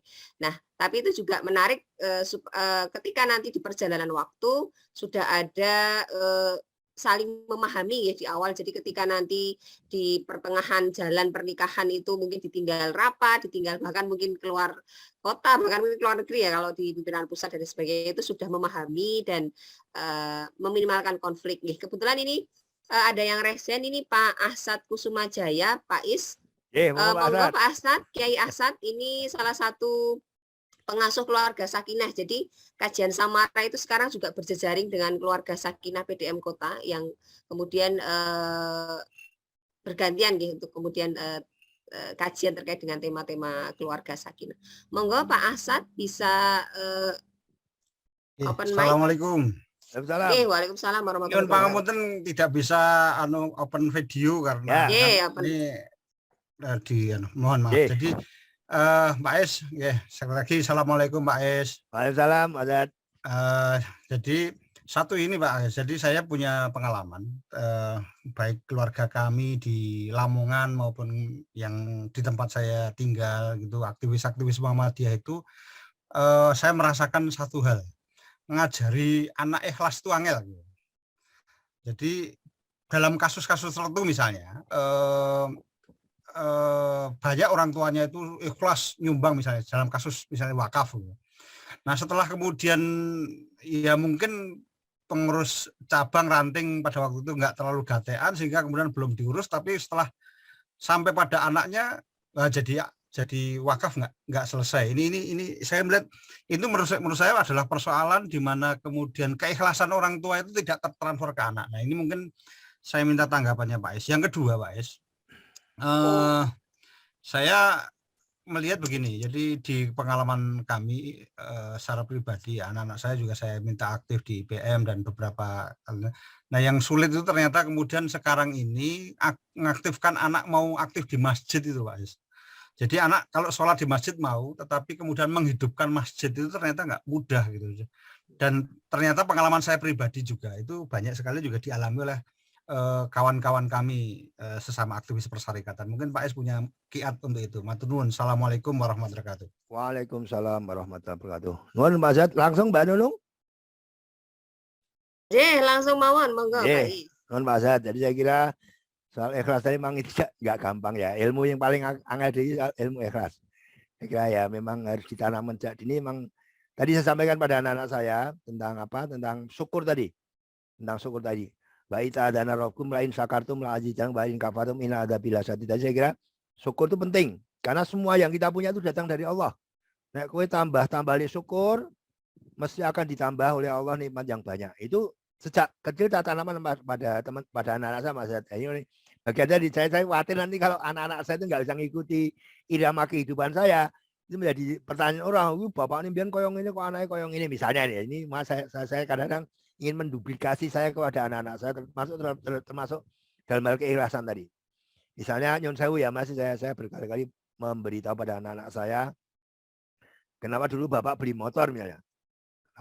Saya beli motor butut dulu RC lawasan itu. Saya tinggal di Kauman. Kerja di rumah sakit PKU. Nek numpak motor karo mlaku luwih cepat mlaku. Tapi kenapa beli motor? saya pada anak saya, Le, bapak tuku motor ki sakjane orang nggo nyambut gawe. Sing paling pokok dinggo mulang ngaji.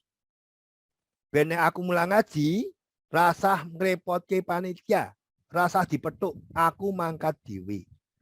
Nah, saya tadi ada cerita-cerita soal pengalaman apa keikhlasan tadi. Saya ceritakan misalnya Pak D saya, Pak Iban Ajid, itu bapaknya Mas Budi Setiawan itu kan Pak D ya sering cerita kepada saya ketika pengalaman menyampaikan dakwah di Gunung Kidul misalnya. Terus aku pimpinan Muhammadiyah wilayah DIY ngajar pengajian di Gunung Kidul kan berangkatnya naik sepeda, Pak. Berangkatnya dari Jogja habis kerja. Dia kerja di Kambil Kemenak. Waktu itu ya. Jadi jam 2 itu mulai siap-siap berangkat ke Gunung Kidul, naik sepeda. Sampai Gunung Kidul kira-kira ya waktunya Isya lah. Waktunya Isya sampai sana. Terus ya istirahat sebentar terus mulang ngaji. Mulang ngaji kemudian sampai malam. Nah, malam harus nginap ke Gunung Kidul, tidak mungkin pulang lagi karena nggak ada lampu. Dan jalannya gelap itu nggak mungkin naik sepeda dari Gunung Kidul ke Jogja. Maka dia pulangnya habis subuh. Sampai di Jogja yang pertama apa? Dandani rempit. Karena remnya sudah habis. Kampasnya habis, ganti kampas baru. Baru selesai baru kemudian bekerja. Yang model itu kan rano sing nyangoni. Zaman Muhammadiyah kan tidak ada yang nyangoni. Oh ya golek dhewe kabeh itu ya. Nah, sekarang kan tidak seperti keadaan anak saya. Anak bapak saya kan saya seperti kepenak ono motor, ono macam-macam merasa punya motor bukan untuk main-main, bukan untuk mancing, bukan untuk badminton, bukan untuk dolan, tapi untuk mulang ngaji. Nah ini saran pada anak saya sejak kecil seperti itulah kehidupan bapaknya. Dan maaf ya maaf saya itu termasuk saya itu nggak beli mobil ya, memang dalam rangka didik anak ben sederhana. Saya beli bisa mas, aku tuku dengan saya. Karena betulnya mau beli mobil baru orang-orang angel, tapi memang didik anak-anak saya. Dan mereka juga tadi artu ya apa-apa itu tuh nyelengin dhisik. Ya. Masuk warung di rumah duwe motor iki nyelengi ora entuk terus saya kadang njaluk bapakne Pak tukoke Pak ndak ada. Ya, mereka ketika masih sekolah masih tak beli satu motor untuk sekolah iya. Sampai yang sing gede itu ketika nikah ya sangune motor. Dah sangune motormu sing biyen ning tok nggo ya sego dan kalau aku nggo sang urip. Dan nyambut gawe dan sebagainya. Nah, iya ya ini bagian dari tadi mengajar mereka dan ikhlas lah. Ojo awal karo Gusti Allah, ikhlas. Pemerintahan datang dari Allah, kemudian duwe apa-apa, saya duwe apa-apa ya datang dari Allah. Nah, ini tadi Mas Azhar memang tidak mudah, iya tidak mudah, tapi kan memang ditanamkan sejak dulu. Jadi soal sedekah infak itu sejak kecil pada anak-anak saya, sejak mereka TK itu ketika ke masjid tak sangoni dit. Iki engko aja nggo jajan yo. Iki dienggo infak ning masjid, nek ana kotak mlaku dilebokke, aja dienggo jajan. Nek jajan nganggo dit liya, niki dilebokke. Itu ngajari tadi. Agar dia juga tidak awal ketika lihat kotak infak ya ngeboni apapun yang dia punya dimasukkan. Nah, saya kira itu yang apa namanya yang pertama tadi Pak Azhar soal apa sekolah ikhlas tadi Bang tidak mudah ya. Ya kita sadar bahwa Allah akan ganti semua yang kita keluarkan sebagai bagian dari apa semangat jihad kita. Dan yang kedua terkait dengan semangat masjid tadi Mas. Saya anak-anak itu tak janjane memang butuh dikai tanggung jawab Mas yang untuk aktif di masjid. Dia mau ke masjid. Ini ya orang apa-apa karena nggak diberi tanggung jawab. Wis sing salah takmire. Yang salah takmirnya. Nah, saya di masjid saya ketua takmirnya tak sentil Mas. Mas, jaluk tolong Mas. Cah nom-nom kapan dilumpukke Mas. Dilumpukke gawean. Dikai urusan apa dikai tanggung jawab. Jadi mereka aktif di masjid kasih tanggung jawab. Nah, orang yang nang masjid tok salat terus pulang. Masjid pulang itu aja, nggak ngapa-ngapa. Nah, saya kemarin studi ke Masjid Al-Falah Sragen Mas Azhar, yang tahu ya ini. Saya Pak Kus ketua tamirnya mengerodok rada edan sithik lah, anak muda yang gila Pak Kus itu. Itu kan dia punya slogan anak-anak muda di Masjid Al-Falah Sragen kan 3M ya. 3M. Madang. Saya itu bingung apa ya Mas madang. Cah nom iki aja kon nang masjid kon madang, diundang nang masjid kon madang. Terus jak touring. Mereka punya motor jak touring nang pantai. Tekan pantai bar kian madang meneh. Bar madang nang pantai, mulai tekan madang meneh. Kon madang dhisik aja kon salat.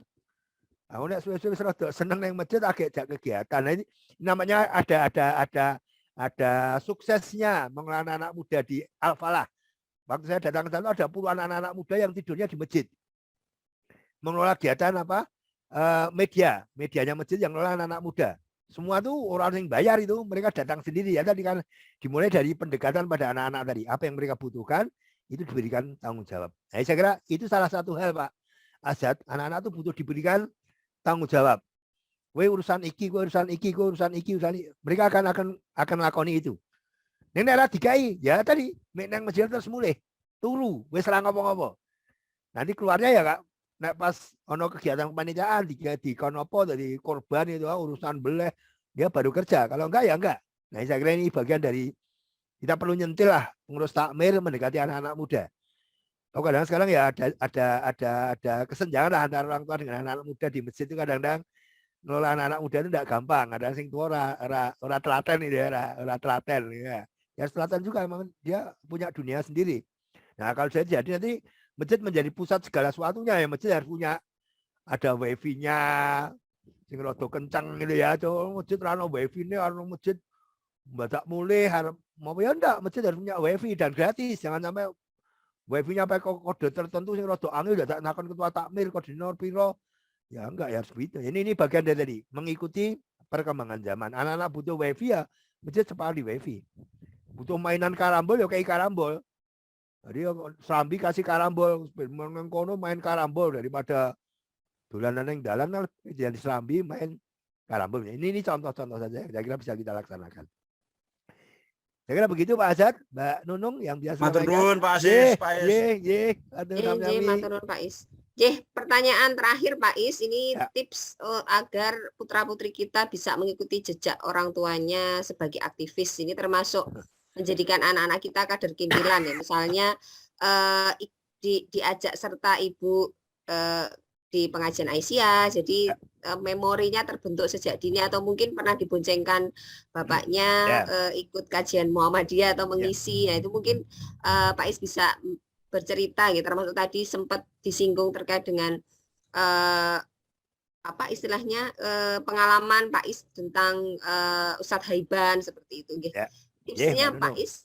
Ya, jadi kalau anak-anak saya sejak kecil saya ajak kegiatan sejak dini ya Mbak. Dan saya ya anak saya yang baru sudah sejak TK apa sudah saya ajak pengajian. Saya ngisi pengajian, dia duduk di bawah gitu. Terus kadang tarweh saya ngimami tarweh, dia tidur di dekat saya itu biasa dulu. Pernah sekali waktu kecelakaan, saya mau khutbah, tak boncengin yang ngarepan, kecelakaan di jalan, dia yang masuk rumah sakit malah anaknya. Saya nggak apa-apa dia masuk rumah sakit karena di UGD dijahit bibirnya. Waktu itu pernah sekali waktu anak saya. Jadi itu membekas betul. Dari waktu saya kecil dulu saya diajak bapak kecelakaan waktu mau khutbah di masjid tertentu itu membekas. Jadi saya kira memang perlu diajak anak-anak kita itu untuk seperti itu. Kegiatan-kegiatan organisasi diajak anak kita agar mereka juga lihat bagaimana kegiatan bapaknya.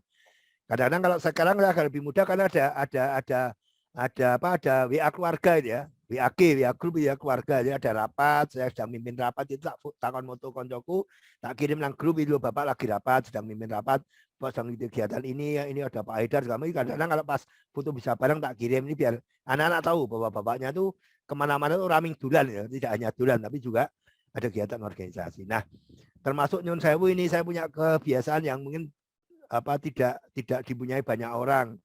Saya itu sepakat dengan istri saya, keluarga ya, tiap bulan sekali keluar rumah untuk makan bareng di rumah makan, pindah-pindah sesuai dengan selera anak-anak. Kan jalur apa? Misalnya sate Pak Pong gitu ya. Dah datang ke Pak Pong sana bareng-bareng sak keluarga. Sekarang dengan anak dan cucu dan menantu, tambah cucu sama menantu sekarang bareng itu sebulan sekali. Wis ngelarang ya ora apa-apa. Pas larang banget ora apa-apa. Ning pisan iki tok sesuk rasa dibaleni. Wong larang gitu ya. Tapi itu bagian dari tadi. Ya akhirnya Nyun Sewu. Ini anak saya yang baru juga punya kebiasaan yang gitu. Sekarang dengan keluarga itu kadang sebulan sekali keluar rumah ya ke kafe mana dengan ngirim foto ke bapaknya lupa sedang sama di mana ini. Ini bagian dari tadi. Ada kadang kalau di rumah kan jenuh ya. Tiap hari di rumah kadang jenuh perlu keluar. Nah ini juga saya kira di luar itu saya kira banyak lah yang bisa dilakukan. Tapi ini bagian-bagian dari mengakrabkan di antara keluarga tadi. Kalau makan di rumah jenuh tiap hari 29 dino hari ke-30 keluar gitu ya mau makan di mana Itu kadang sesuai dengan anak pertama minta apa ke sana, nanti ganti anak kedua, ganti anak ketiga, ganti ibunya pengen apa dan sebagainya. Ini saya kira ya. Kalau perlu keangkringan ya apa keangkringan. Ada suasana berbeda, berubah dari suasana harian ke suasana kebersamaan dalam keluarga makan bareng-bareng. Tapi kadang-kadang kalau di rumah makan bareng itu tidak mesti bisa. Saya kadang sendiri dengan istri gitu, bocah rano agak do sekolah kegiatan nanti mangannya dewe-dewe. Kalau pas sudah sepakat bareng kita makan bareng, udah ketemu di sana nanti berangkat dari rumahnya masing-masing ketemu di sana. Nah ini bagian dari tadi menghidupkan suasana keluarga agar anak-anak juga memahami kehidupan orang tuanya dan anak-anak juga merasa wong tua ini nggak ada anak ini. Ada waktu tertentu buat anak-anaknya. Jadi orang mengurapat, ngurus organisasi, ngurus umat tidak, juga ngurus anak-anak kita. Jadi kadang-kadang kita perhatian mereka butuhnya apa. Mungkin kadang-kadang sekali waktu butuh ada tanggal tertentu, yuk kita jalan-jalan ke mall. Mau butuh apa? Kalau pas ada diskon, beli 2 dapat 3 misalnya. Jadi yang sering cari itu beli 2 dapat 3 itu kadang-kadang saya perlu oke. Anak saya 3, aku tuku loro untuk telu. Sudah, nanti yang bayari bapak. Tuku loro untuk telu. Jadi cah telu tuku anyar kabeh. Itu sekali waktu mungkin setahun sekali, tapi carilah diskon-diskon tertentu yang bisa membersamakan keluarga itu penting. Ya sudah ada cucu yang paling banyak itu cucu yang paling menggairahkan kehidupan itu cucu. Ya, ini dengan Mbah Putri ya kadang tiap bulan itu kok ke kelambi terus pokoknya putune terus. Anaknya rata tuh oke. Ini sudah beralih ke cucu. Nah, karena tadi soal diskon bareng-bareng ini penting. Beli 3, beli 2 dapat 3 nanti jadi kebersamaan itu. Jadi ada orang diskon beli 2 dapat 3. Ono yuk bareng-bareng. Aku bayar cici gue biji, sing cici gue adimu. Nah, ini penting saya kira. Sajanya mungkin regane podo tapi kan ini tadi kebersamaan tadi penting untuk menghidupkan suasana keakraban keluarga. Saya kira begitu Mbak Nunung yang saya sampaikan. Mohon maaf kalau banyak yang kurang dalam saya menyampaikan ini pengalaman pribadi yang sampai sekarang saya jalani. Matur nuwun saya Mbak Nunung. Matur nuwun sangat Pak Is, luar biasa nggih sampai pukul 21:16 alhamdulillahirabbil alamin. Pertanyaan terakhir sudah terjawab, banyak pengalaman berharga yang bisa menjadi pelajaran bagi kita generasi muda bagaimana kemudian mendidik anak terkait dengan pemahaman tauhid, kemudian tentang ibadah harus keras nih, terutama untuk urusan ibadah, kemudian terkait dengan akhlak, terkait dengan etika dalam pergaulan juga bagaimana kemudian mendidik anak untuk kemudian memiliki nilai, artinya tadi mendidik anak harus ditanamkan nilai besok harus sukses studi, sukses organisasi dan juga di keluarga. Termasuk juga menjadikan anak-anak kita sebagai kader kintilan yang insya Allah bisa meneruskan perjuangan orang tuanya di persyarikatan atau di dakwah Islam amar ma'ruf nahi munkar. Terima kasih sekali Pak Is, matur nuwun sangat, ilmunya sangat bermanfaat. Terima kasih juga kami sampaikan kepada seluruh jamaah yang masih bersama dengan kita untuk mengikuti kajian pada malam hari ini. Selanjutnya kami mohonkan dari panitia ada tambahan informasi yang mungkin bisa disampaikan terkait dengan kajian. Insya Allah kita akan bertemu di Kamis depan di tanggal 9 Juni insya Allah 2022 dengan materi yang berbeda. Monggo ini kepada Mas Ridwan Mas Ridwan nih. Bisa ada informasi terkait dengan Samara? Unmute. Belum ada Bu Nunung. Oh, belum ada. Sedikit informasi ini Bapak Ibu bisa kemudian di link di room chat Monggo bagi yang akan bergabung dengan WA keluarga Sakinah yang di dalamnya ada diskusi dan informasi seputar keluarga. Ini gabungan dari kajian Samara dan juga keluarga Sakinah, pengelolanya Pak Asad dan juga teman-teman dari bapak-bapak dari PDM Kota. Monggo bisa mengikuti join di tautan yang sudah ada di room chat. Berhubung waktu sudah pukul 21.19, terima kasih sekali kami ucapkan kepada Pak Is sekali lagi, semoga sehat selalu Pak Is. Amin. Tetap berkarya dan juga berdakwah di Amin. persyarikatan. Nggih, Ya matur nuwun Allah. sekali kepada pengurus Samara yang tetap istiqomah mengadakan kajian sampai detik ini.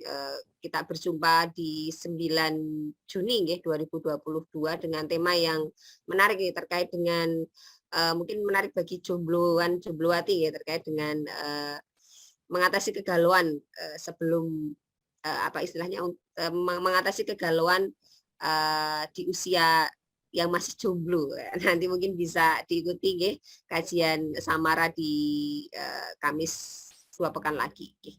Terima kasih sekali pada jamaah. Semoga ini menjadi catatan amal baik kita, menjadi Amin. catatan amal soleh Amin.